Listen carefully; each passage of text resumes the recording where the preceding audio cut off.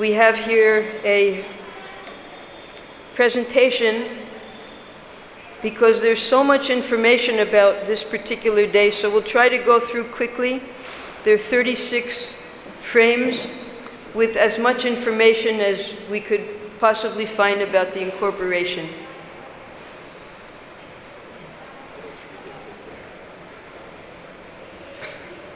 Sri Chaitanya Mahaprabhu desired to spread the chanting of Hare Krishna to every town and village.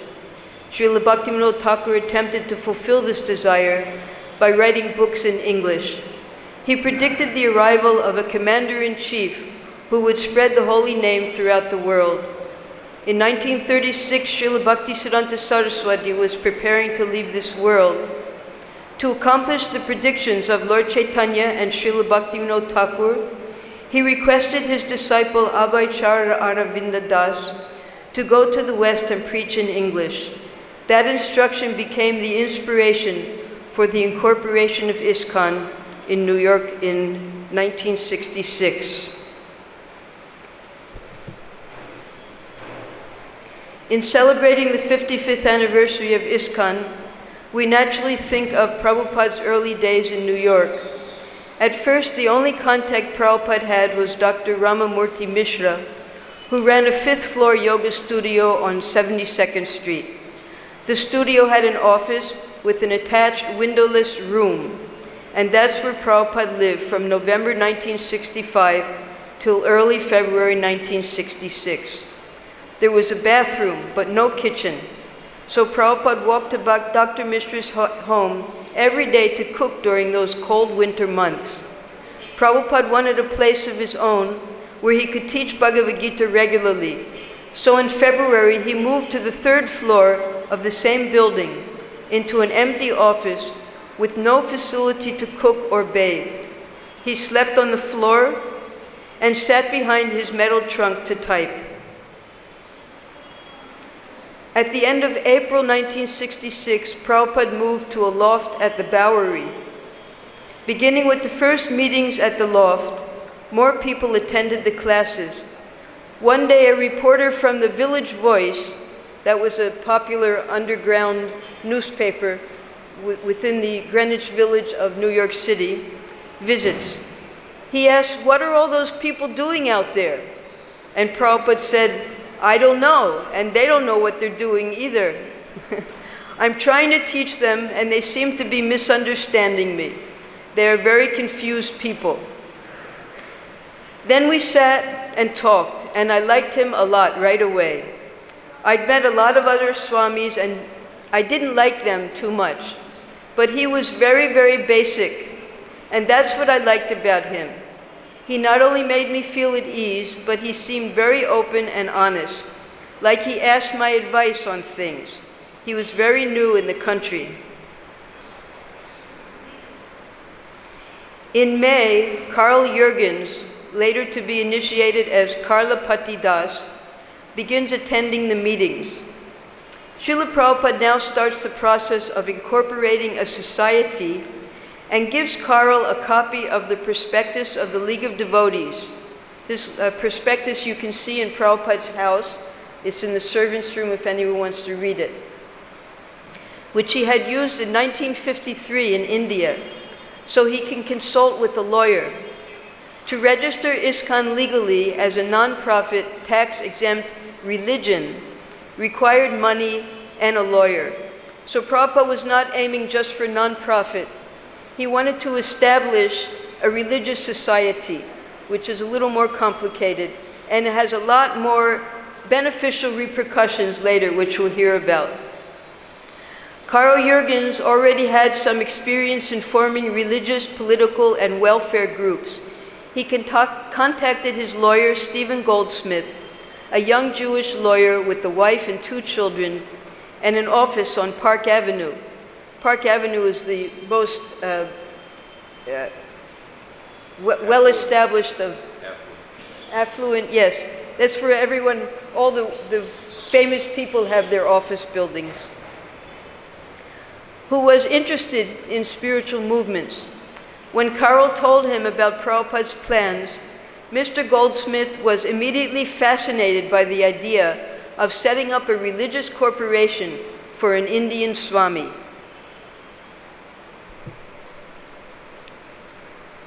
Now, Srila Prabhupada, when he got onto the Jaladuta, he was given a little Scindia steamship diary. And from that time, in August of 1965, he started keeping a diary. That was later reprinted by the archives called the Jaladuta Diary. And then in continuation, a second part called The Beginnings. So these are the references to the incorporation that Prabhupada was trying to establish, taken out of that diary. On Monday, May 9th, today Mr. Carl has taken a copy of the Memorandum of Association, etc., for consultation. That was the League of Devotees that we saw, the Prospectus. On Thursday, May 12th, today I inquired about registration of the League of Devotees.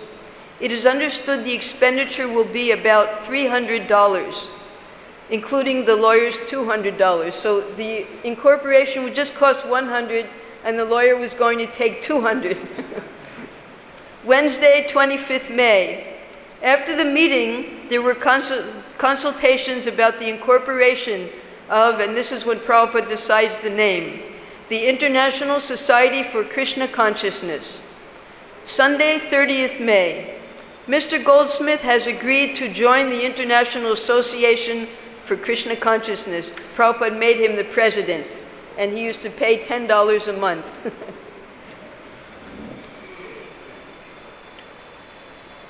Tuesday, June 1st. Mr. Goldsmith, lawyer, came to see me in connection with society registration. I gave him my suggestions. So Srila Prabhupada was still staying in the Bowery at that time, in the loft. So everything was going to take part, that being the official place at that time. Sunday, June 12th. Today, the eating of the members took place. This is the first love feast that Prabhupada held. I cooked 12 different items, and all present, more than 16 ladies and gentlemen, ate with great pleasure. The introduction was all right. It was all grace of Lord Sri Chaitanya Mahaprabhu. The other day, $100 contribution is understood to be made by Carl. It is to be paid to Mr. Goldsmith for registration expenses.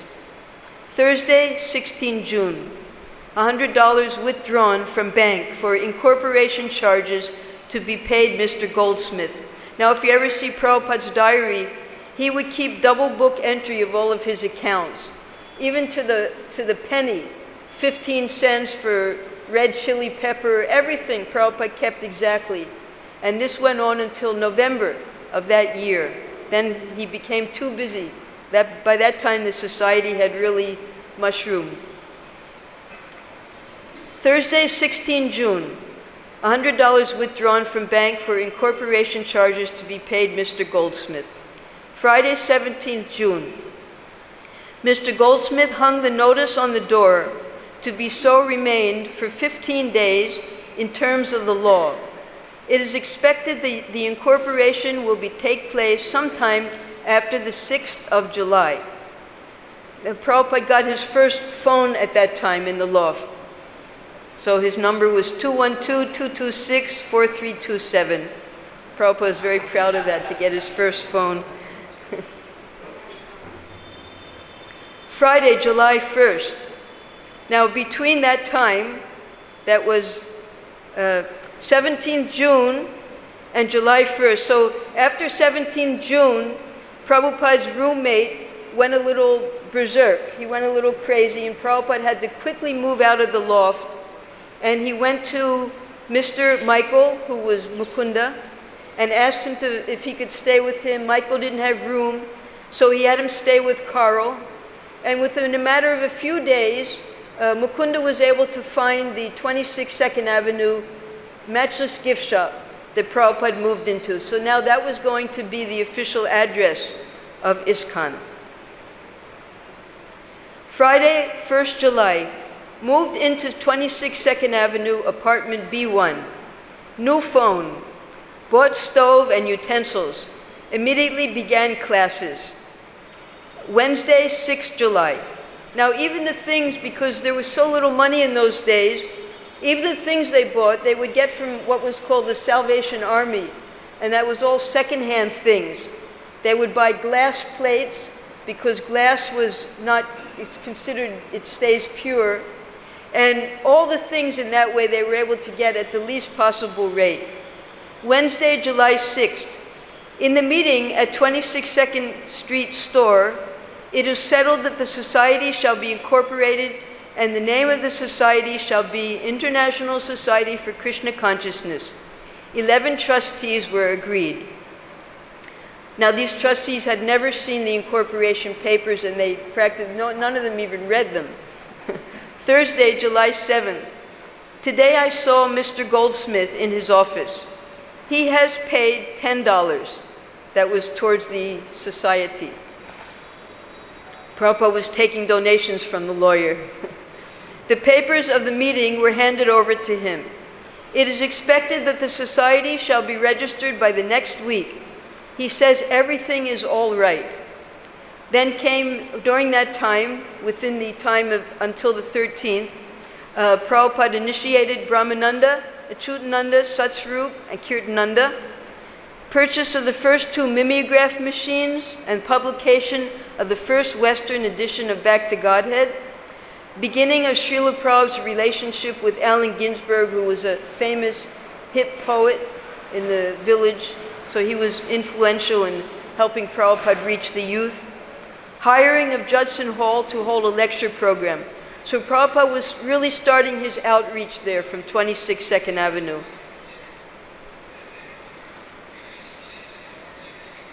This is the storefront in the very beginning when Prabhupada lived there. Matches Gifts, 26 2nd Avenue, where ISKCON was incorporated in New York City, in the state of New York, in the US on 13th July 1966. Mukunda Das remembers, one early morning in July of 1966, I was awakened because Mukunda was a musician. He used to play his music all night and go to sleep in the morning. So Prabhupada came and woke him up and asked him to sign papers pertaining to the incorporation of ISKCON. As a US citizen and resident, my signature appeared to be necessary. I signed the document thinking it was sort of a flight of fancy of Srila Prabhupada's. Later, I was instrumental in getting ISKCON incorporated in California, England, and India. The constitution of these other 3 corporations was based on that original New York corporation. I've drawn the conclusion that Srila Prabhupada's vision in doing this was for ISKCON to endure the face of his own and his followers' inevitable physical disappearances. Srila Prabhupada's institution was now built to last. Srila Prabhupada lived at 26 2nd Avenue from July 1966 to January 1967. In January 1967, Prabhupada was invited and sent a ticket, his first airplane ticket, to come to San Francisco because Mukunda, Janaki, Jamuna, Gurudas, Shamsundar, and Malati had opened up a center there, and they were going to have a big rock concert. So Prabhupada in January left New York for the first time. He transformed a storefront into the first Krishna conscious center in the West, attracted young followers, incorporated the International Society for Krishna Consciousness, and initiated 19 students. From here, the Hare Krishna movement spread worldwide. We shall call our society ISKCON, he said with great pleasure.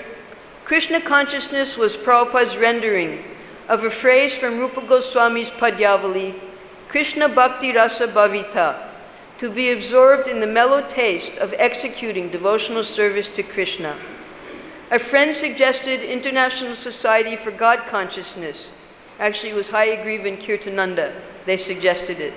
But God was a vague term, spiritually weaker and less personal. Krishna was exact and scientific. If Westerners didn't know that Krishna is God, then the International Society for Krishna Consciousness would tell them. Prabhupada began ISKCON now with many responsibilities. paying for rent, gas, electricity, phone, incorporation, and creating a worldwide congregation of devotees. He knew that everything depends on Krishna. He has only to try. The 7 purposes of ISKCON reveal Prabhupada's thinking. They were similar to those of the League of Devotees from 1953. That attempt was unsuccessful, yet his purposes were unchanged. Regardless of what ISKCON's charter members thought of the Society's purposes, Prabhupada saw them as imminent realities. As Mr. Rubin, a subway conductor who met Prabhupada on a Manhattan park bench in 1965, noted, "He seemed to know that he would have temples filled up with devotees. There are temples and books," he said. "They are existing.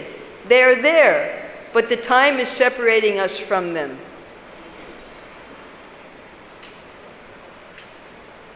This is the first page of the incorporation document. Mr. Goldsmith visited Prabhupada several times at 26 2nd Avenue, and they discussed incorporation, tax exemption, Prabhupada's immigration status, and Krishna consciousness. Now it turns out that all of these problems that Prabhupada was having was solved when this incorporation was made legal. Once he brought his children, who liked the soup, that's the dal, the Swami cooked. He began attending the evening lectures, where he was often the only non-hippie member of the congregation. On the evening of July 11th, having completed all the legal groundwork and now ready to complete the procedures for incorporation, Mr. Goldsmith came to Prabhupada's lecture and kirtan to get signatures from the trustees for the new society. Prabhupada is lecturing. Mr. Goldsmith, wearing pants, shirt, and tie, sits on the floor near the door, listening earnestly to the lecture, despite the distracting noises from the neighborhood. Prabhupada is explaining how scholars mislead innocent people with non-devotional interpretations of the Bhagavad-Gita. And now, in recognition of the attorney's respectable presence, and as if to catch Mr. Goldsmith's attention better, he introduces him into the subject of the talk.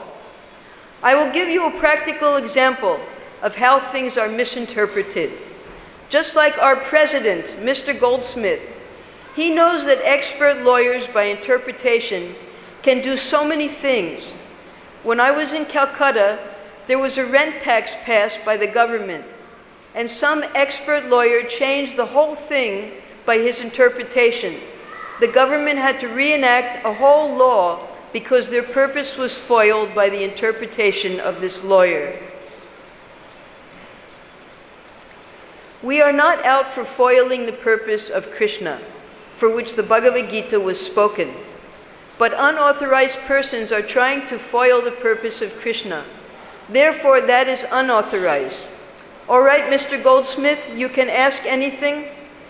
Mr. Goldsmith stands, and to the surprise of the people gathered, he makes a short announcement asking for signers on an incorporation document for the Swami's new religious movement. "They are present here. You can take the addresses now." That's Prabhupada speaking. "I can take them now?" "Yes." "Yes, you can. Bill, you can give your address, and Raphael, Don, Roy, Mr. Green." Now all of these young boys, they were initiated later by Srila Prabhupada. One was Jagannath Das, one was Rabindra Sarup, not the Rabindra Sarup who's present now. One was Karlapati, one was Rai Ram. So they all took initiation, but many of them left soon after Prabhupada made this incorporation. So they're not active anymore within ISKCON. As the meeting breaks up, those called on to sign as trustees come forward. Standing around in the little storefront, waiting to skim through the pages, the lawyer has produced from his thin briefcase and to sign as he directs. So here we have the first set of trustees for the first year. None of them were present after a few months within ISKCON. Then we have the second year. Also, none of them were present after some time. But they all appreciated what Prabhupada was doing. So they became trustees of ISKCON. Yet not a soul among them is committed to Krishna consciousness. Mr. Goldsmith meets his quota of signers, a handful of sympathizers with enough reverence toward the Swami to want to help him. The first trustees, who will hold office for a year until the first annual meeting of the corporation, are Michael Grant, who puts down his name and address without even reading the document. Michael Grant is Mukunda. Mike's girlfriend, Jan, who becomes Janaki, that's Jamuna's elder sister, and James Green. No one seriously, James Green was Jagannath Das. He left afterwards. No one seriously intends to undertake any formal duties as trustee of the religious society, but they are happy to help the Swami by signing his fledgling society into legal existence. According to law, a second group of trustees will assume office for the second year. They are Paul Gardner, Roy, and Don. The trustees for the third year are Carl Jurgens. None of them know exactly what the half a dozen legal-sized type pages mean, except that Swamiji is forming a society. Why? For tax exemption, in case someone gives a big donation, and for other benefits an official religious society might receive. But these purposes hardly seem urgent or even relevant to the present situation.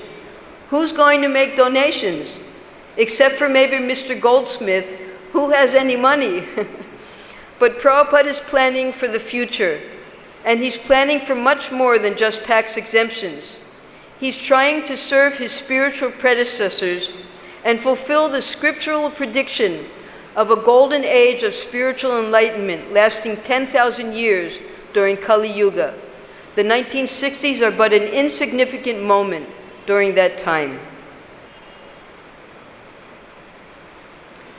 2 months later, on Srila Prabhupada's Vyasa Puja Day, 9 September 1966, Srila Prabhupada held the first initiations in ISKCON. Michael Grant became Mukunda Das, and Jan became Janaki Dasi, Srila Prabhupada's first woman initiate and one of the 3 ISKCON trustees. During his first year in the West, Prabhupada realized he would have to start a fresh branch of his spiritual master's mission.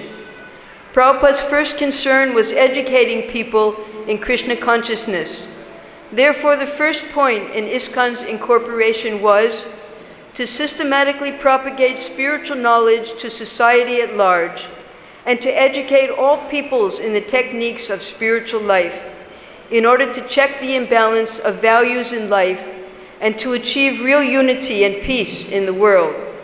So this beautiful picture of Sankirtan, when all the devotees come together, you'll notice they're dressed in yellow and saffron. So the devotees used to buy huge rolls of material. They would dye one roll yellow and one roll saffron. And all the grihastas would wear the yellow and the brahmacharis would wear the saffron. And that was all, because there were no such things as dhotis and saris in America at that time. So this is how the devotees were seen on the streets for Sankirtan. Preaching was the word Prabhupada most often used. Preaching meant broadcasting the glories of Krishna. Lord Chaitanya had preached by walking all over South India, causing thousands of people to chant and dance with him in ecstasy. Lord Krishna had preached the Bhagavad-Gita to Arjuna on the battlefield of Kurukshetra. Lord Buddha had preached, Lord Jesus had preached, and all pure devotees of the Supreme Lord preach. ISKCON's preaching would achieve what the United Nations had failed to achieve, real unity and peace in the world. This was Prabhupada's way to systematically propagate spiritual knowledge. This is Prabhupada's high English, the way he described preaching, of the science of God. A new religion was not being born in July of 1966. Rather, the eternal preaching of Godhead, known as Sankirtan, was being transplanted from east to west. This is a picture of Prabhupada at San Francisco. You can see some of his early disciples there, that's Subal next to him. He didn't insist that they shave their heads or anything. He has the red beads that all the devotees used to have. They would, because we didn't have tulsi beads, we would buy handcrafted beads and tie them ourselves. B, to propagate a consciousness of Krishna as it is revealed in the Bhagavad-Gita and Srimad Bhagavatam. C, to bring the members of the society together with each other and nearer to Krishna, the prime entity, and thus to develop the idea within the members and humanity at large that each soul is part and parcel of the quality of Godhead, Krishna. D, these are the 7 points. D is number 4. To teach and encourage the Sankirtan movement, congregational chanting of the holy name of God, as revealed in the teachings of Lord Sri Chaitanya Mahaprabhu. E, to erect for the members and for society at large a holy place of transcendental pastimes dedicated to the personality of Krishna. F, to bring the members closer together for the purpose of teaching a simpler and more natural way of life. This is the inside of the ISKCON press. This is how we used to make the books. The devotees themselves used to print, collate, bind, and then distribute the books. Each devotee had their set hours. We all had to put in our time at the printing press. By hearing Bhagavad-Gita and Srimad Bhagavatam and chanting Hare Krishna, people would realize their true nature as spirit soul, eternally related to Krishna. They would then preach this to humanity at large, especially through Sankirtan, the chanting of the holy name of God. ISKCON would also erect a holy place of transcendental pastimes dedicated to the personality of Krishna. Was this something beyond the storefront? Yes, certainly. Prabhupada never thought small. He seemed to know that he would have temples filled up with the devotees. G, with a view towards achieving the aforementioned purposes, to publish and distribute periodicals, magazines, books, and other writings.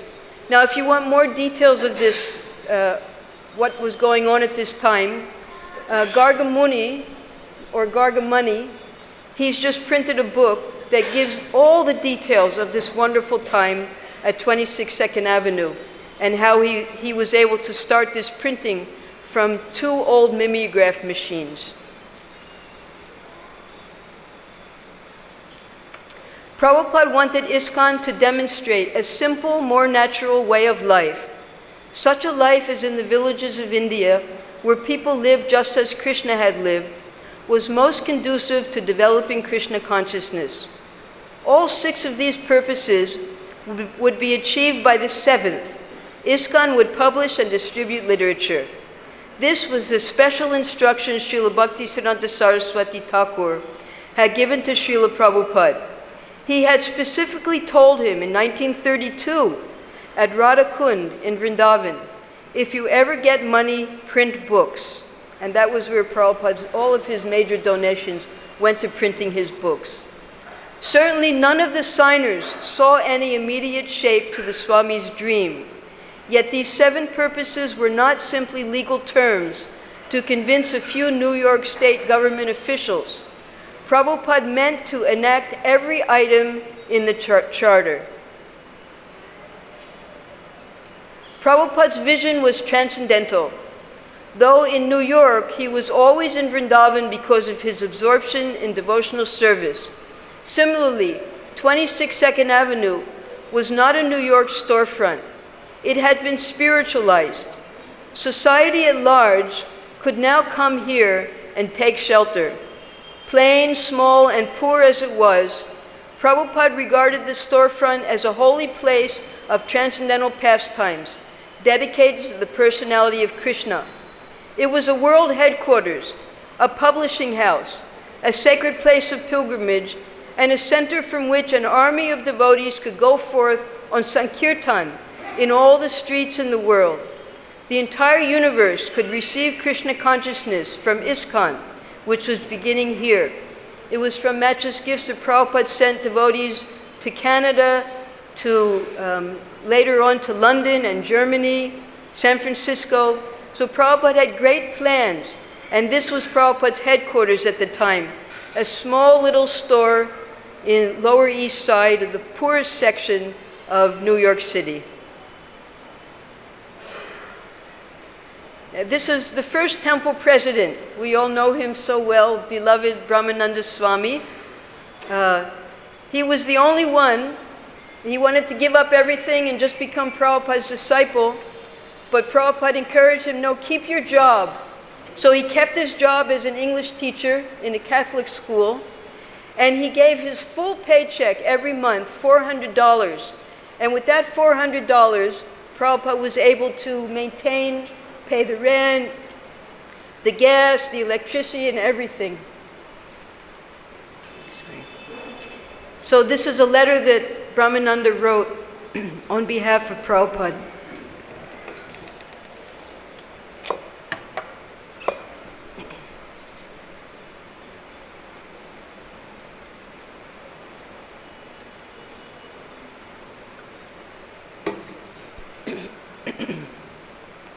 Dear Sir, I, the undersigned, President of the International Society for Krishna Consciousness, beg to state that His Divine Grace A.C. Bhaktivedanta Swami is the appointed Acharya, Chief Minister of Religion of this institution. ISKCON is incorporated pursuant to the Religious Corporation Law of the State of New York, number 770866, and its certificate of incorporation is duly filed with the County Clerk of New York County. The Swamiji's presence is very urgently required to transact the religious activities of all the centers, and the Society is pleased to provide all his expenditures for living, traveling, and publication of his books. Very truly yours, Bruce N. Scharf, President, Corporate Seal. So BNS, and then slash is BD, that's Brahmananda Das. This is the way Prabhupada taught us to write all of our letters for him. Now with this letter, Prabhupada was then ordained as the minister, the chief minister of ISKCON. And because Prabhupada had become a minister and ISKCON had become a genuine religion within America, that meant that all of the members were exempted from being forced to enter the army. So this was a very important transition from simply an incorporation. Now Prabhupada was the minister, and this way also Prabhupada would be able to get his residential visa to live in America. So this was all the arrangement. Krishna gave Prabhupada such intelligence, how he could help the devotees at the same time he would be able to remain in America. October 7th, 1966. This is the Radha Damodar Temple here. Friday. Fundraising for Rupanuga Paravidyapit Vrindavan began today. Steve Satsvarup donated $100. So Satsvarup was also a he was a welfare worker, and he would give $100 every time he got his paycheck. So Prabhupada was already thinking of how to bring the devotees back to Vrindavan. That's why we're all sitting here today. Letter to Panchu. Panchu was the son of the then Goswami, Gaurchand Goswami of the Radha Damodar Temple. It was Gaurchand who invited Prabhupada to take up the 2 rooms at Radha Damodar Temple. You may ask your father, Gaurchand Goswami, whether he is still interested in the matter of starting the Rupanuga Pada Vidyapit in the land he proposed to give me on lease terms. Perhaps you remember this proposal. When I first came to your temple, you measured the land yourself. Now, if your father is agreeable to the proposal, the construction of the buildings can now be taken up, and my American disciples are ready to spread for the proposed building of Sri Rupanuga Paravidyapita. So this is what Prabhupada originally wanted to name his center in Vrindavan. Later, Prabhupada would say, Vrindavan is my residence, Bombay my office, and Mayapur is where I worship the Supreme Personality of Godhead. He incorporated ISKCON in India with the main branch in Bombay. All other branches of ISKCON in India were legally part of the Bombay Incorporation. Since Bombay was a modern city, he also located the Indian division of BBT there. Bombay, unlike Vrindavan and Mayapur, was not a dham.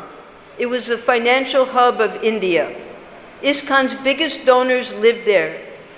If you ever look at the list of donors of the rooms at our guest house, most of them came from Bombay, because Tamal Krishna Maharaj and Giriraj Swami, they will go to all the big leaders there, the movie stars and the politicians, and they would get them to sponsor one room in our guest house. That's how our guest house was built. ISKCON's biggest donors lived there. Although Srila Prabhupada's conduct was entirely transcendental in Bombay, and his activities were the same as elsewhere, speaking on Bhagavad-Gita and Srimad Bhagavatam, and worshipping the deity, nevertheless, Prabhupada called it his office. And though it was his office, he wanted a temple there. Mayapur is where I worship the Supreme Personality of Godhead. Prabhupada conceived of a temple to be built in Mayapur that would be the grandest of all temples in his movement. He and his devotees would worship the Supreme Lord there in such a magnificent style that the whole world would be attracted to the Mayapur Chandrodaya Mandir. The prescribed worship in this age is Sankirtan, the chanting of the holy names of God. Sankirtan worship emanated from Mayapur, the original dham of Lord Chaitanya. Srila Prabhupada wanted to establish the most wonderful worship of Chaitanya Mahaprabhu in his birthplace, and thus completely fulfilled the predictions of the previous acharyas, who foresaw a great Vedic city rising from the plains of Nabadvip. Now, when we first got Mayapur, it was just rice fields, but we were told that Prabhupada envisioned a city with 10,000 people there, 10,000 devotees. And that was where he wanted to establish the main world center for worshiping Chaitanya Mahaprabhu. Now it's coming into existence. Regarding incorporation of our ISKCON centers, we want to run all our centers as non-profit religious organizations. That is the main point. Keeping this point in view, too much official control is not good in spiritual life. The center should remain spiritually fit and independent. Some control must be there, as is now. Too much control means so many vouchers. Gradually it will become a mundane institution. All our managers should be spiritually advanced, simple and honest in carrying out the orders of the spiritual master and Krishna. That will be a nice standard. Democracy in spiritual affairs is not at all good, but breeds power politics. We should be careful about power politics. Our only aim should be that each and every devotee is fully dedicated to Krishna. Then things will go on nicely. So as opposed to India, where we have one incorporated society and all the temples are branches, in America, in each and every city where a temple was incorporated, they had their own incorporated papers. And all of those incorporations there were 100 temples at that time, was taken from this original incorporation that Prabhupada made in New York. This is at our Los Angeles temple in the 1970s. Prabhupada called it New Dwarka because it was large enough and they had purchased apartments so that many grihastas could come there to live. And there were so many little children, you'll see in the videos, Prabhupada handing out the cookies there. Religious freedom is a right of every person in the United States. The First Amendment of Constitution, Congress shall make no law respecting an establishment of religion. That means there was no national religion. People were free to worship God as they saw correct. Or prohibiting the free exercise thereof, or abridging the freedom of speech or of the press, or the right of the people peaceably to assemble and to petition the government for redress of grievances. The U.S. Constitution, however, does not provide any specific guidelines to implement freedom of religion.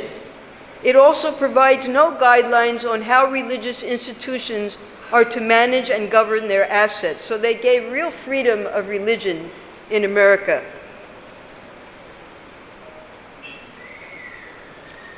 This is a sample of some of the flyers that are handed out whenever we have festivals. And Prabhupada noticed something.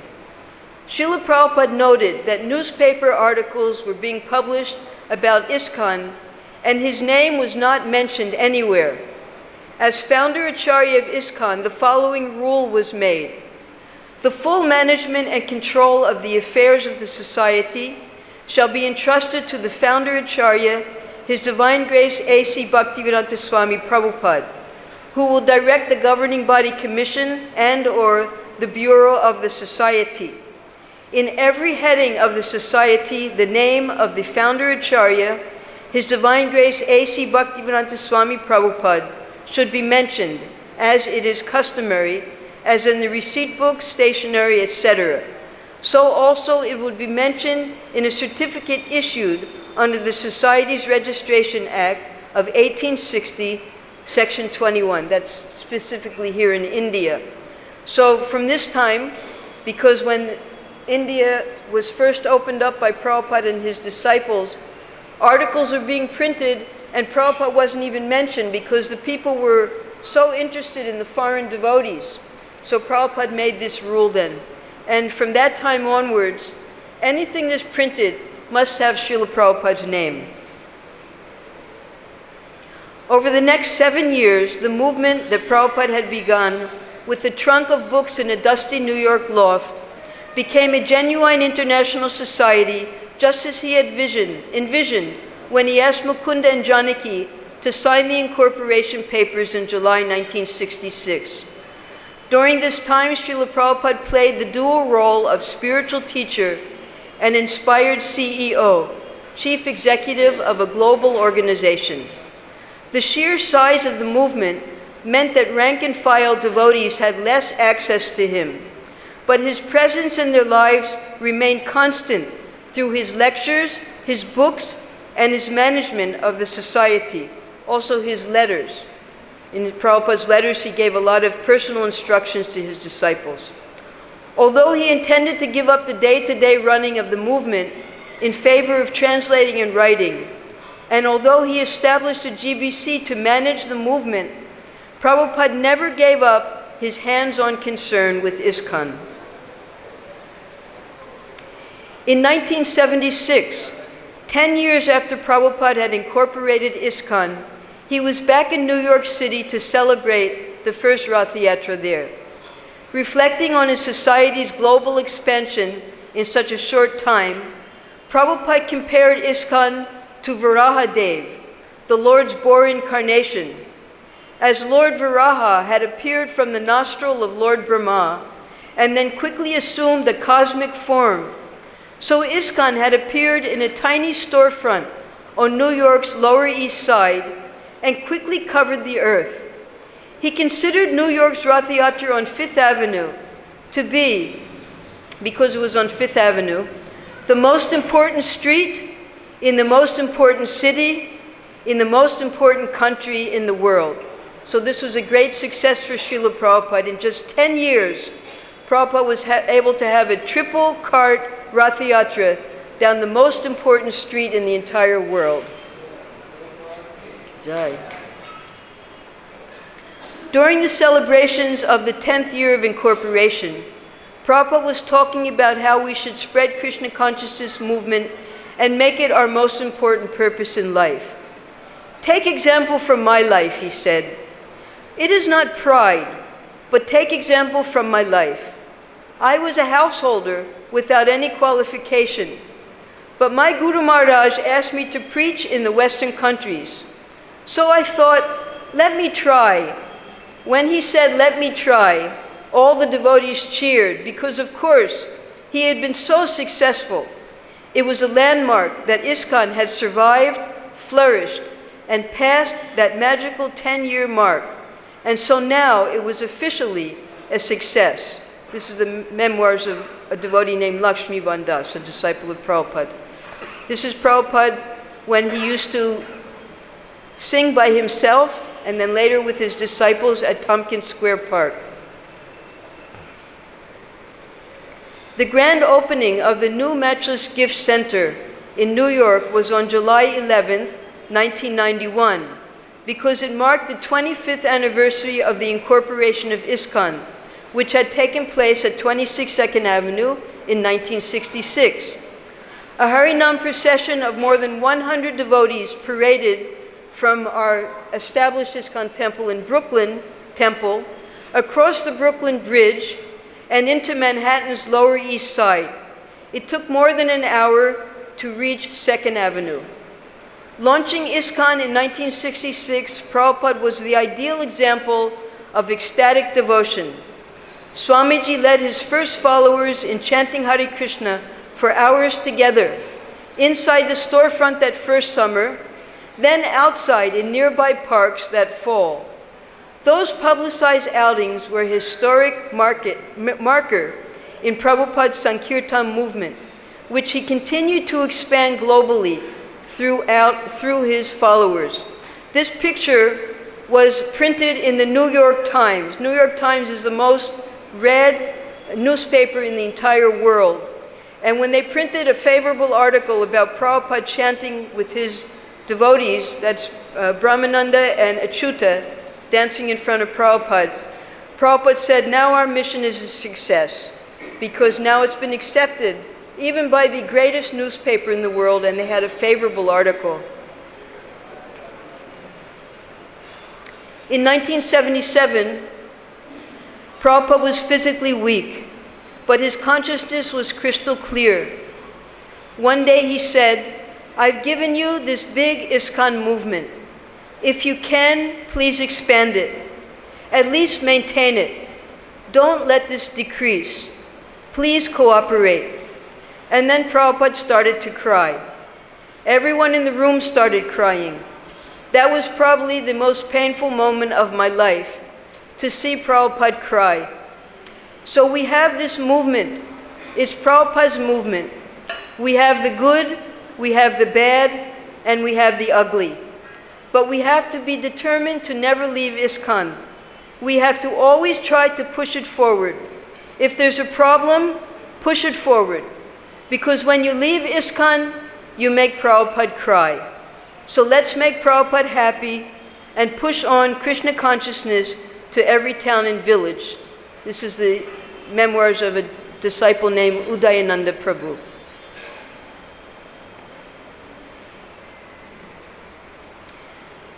Just in 2016, 5 years ago, we had the Golden Jubilee of the incorporation of ISKCON. We had a huge celebration in Calcutta. Devotees from 108 countries came at that time. They all had their flags and they had magnificent Mahasankirtan all throughout Calcutta. Then they went traveling to different places. So the Golden Jubilee of the incorporation of ISKCON, we should never forget that behind the success of ISKCON lies Srila Prabhupada's immeasurable hard work and austerities he underwent to establish this glorious Krishna consciousness society. I think that's the end of it. Yes, thank you. Hare Krishna.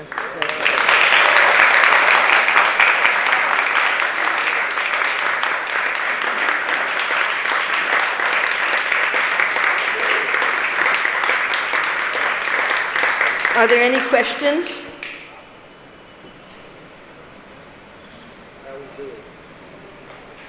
How are we doing? How are we doing, society? Okay, you answer that one here. I'll give you the mic.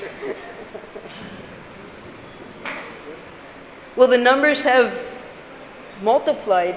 When Srila Prabhupada left, he had established 108 temples.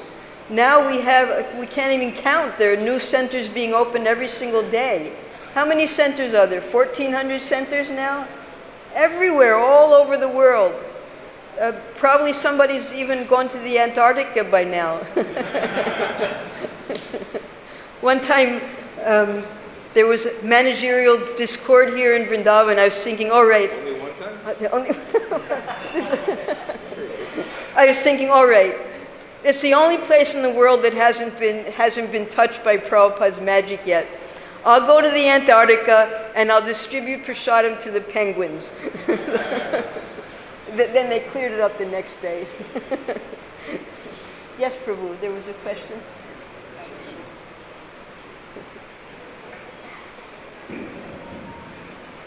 Thank you, Mataji. Super chronological presentation. Just a small, that goes directly to 200 for the incorporation for the legal fees. The advocate, yes. So interesting, he took 200 and Prabhupada is taking $10 from him. Yes. So he's a lawyer. I'm just saying that Prabhupada recovered the entire 200. Did Prabhupada recover the entire 200 and is inquisitive? I'm sure he did, with interest. Thank you. Hare Krishna.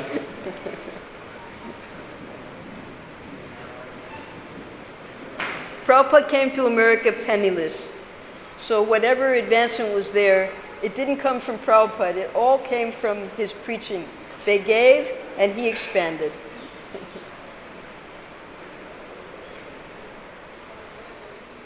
Thank you very much, Hare Krishna.